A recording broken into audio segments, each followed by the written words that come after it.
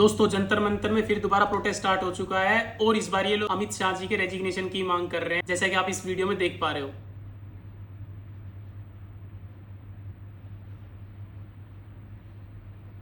और इससे पहले मैंने मेरी पिछली वीडियोस में भी कहा था ये जो जितनी भी पॉलिटिकल पार्टीज आई है, इन लोगों को पेपर लीक प्रोटेस्ट से कोई लेना देना नहीं है। ये सब लोग अपने फायदे के लिए आए हैं और ये लोग पूरे रजीम को चेंज कर देना चाहते हैं। मींस सेंटर में जो गवर्नमेंट है उसी को चेंज कर देने के लिए आए हैं ये लोग। ये बात मैंने क्यों बोली थी, इसके 3 बड़े कारण है। पहला, जिस स्टेट के अंदर बीजेपी आई, वहां की जो मूल पार्टीज थी, जो पॉलिटिकल पार्टीज वहां पे लीड कर रही थी उस स्टेट के अंदर, उसको बीजेपी ने खत्म कर दिया या फिर कमजोर कर दिया। जैसे कि हरियाणा के अंदर हुड्डा सरकार होगी, चौटाला सरकार होगी, यूपी के अंदर मायावती जी की सरकार होगी, अखिलेश यादव जी की सरकार होगी, बंगाल के अंदर ममता बनर्जी, मुंबई के अंदर शिवसेना की सरकार होगी। ये सारी पॉलिटिकल पार्टीज या तो कमजोर होगी या खत्म ही कर दी है बीजेपी ने। तो ये सारी पॉलिटिकल पार्टीज के लीडर भरे बैठे हैं कि किसी तरह हमें एक मौका मिले और हम बीजेपी के अगेंस्ट जाएं। तो ये चाहते हैं कि कोई भी एक छोटा सा मुद्दा उठाए जिससे कि इनको सिंपैथी मिले और ये बीजेपी की पूरी रजीम को चेंज कर दें, भाई सरकार को पलट दे। क्योंकि वोट के दम पे ये लोग हटा ही नहीं पा रहे बीजेपी को सत्ता से। प्लस इन लोगों ने टाई अप भी करके देख लिया, महागठबंधन भी करके देख लिया, इनके सारे प्लान्स फेल हो चुके हैं। इसके अलावा एक रीजन और है,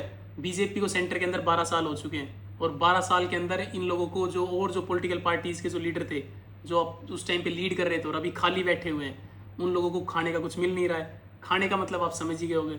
तो 12 साल से भरे बैठे हुए हैं कि किसी तरह हमारी सत्ता आए और फिर हम लोग खाना स्टार्ट करें। दूसरा बड़ा मेन रीजन है, जो बाहर की हमारी जितनी भी एंटी कंट्रीज जिनके साथ हमारे रिलेशन अच्छे नहीं है, जैसे कि पाकिस्तान, चाइना, यूएस, ये लोग कितनी ज़्यादा फंडिंग कर सकते हैं सिर्फ इस वजह से कि इंडिया के अंदर बीजेपी सरकार चली जाए। क्योंकि बीजेपी सरकार ने इनके बिल स्पेंडिंग कर रखे हैं, इनके साथ टाई अप नहीं कर पा रही है। और जो जिस तरीके से लोग चाहती है, जैसे यूएस चाहती है कि हम उनको अपना एग्रीकल्चर कंट्रोल दे दें, फार्मिंग का कंट्रोल दे दें, प्लस चाइना चाहता है कि उनका जो इंपोर्ट हमने कम कर दिया, उसे सरकार आएगी तो वो इंपोर्ट और ज्यादा बढ़ेगा। प्लस बीजेपी ने बॉर्डर्स को और ज्यादा स्ट्रॉन्ग कर दिया है। इधर पाकिस्तान का तो आपको पता ही है।